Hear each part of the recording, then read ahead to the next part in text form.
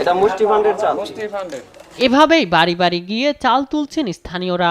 একদিন দুদিন নয়, 5 বছর যাবৎ চাল তুলছেন তারা। 5 বছরের চাল বিক্রি করা 4 লাখ টাকা, এলাকাবাসী সহায়তায় 1 লাখ টাকা এবং তাদের স্বেচ্ছাশ্রমে তৈরি করা হয়েছে 1 কিলোমিটার রাস্তা। এই দৃশ্য টাঙ্গাইলের দিলদুয়ার মির্জাপুর উপজেলার সীমান্তবর্তী ডুবাইল ও গবরা গ্রামের। এই 1 কিলোমিটার রাস্তা না থাকার জন্য চরম ভোগান্তি নিয়ে যাতায়াত করতে হয়েছে পার্শ্ববর্তী গ্রামের হাজার হাজার মানুষদের।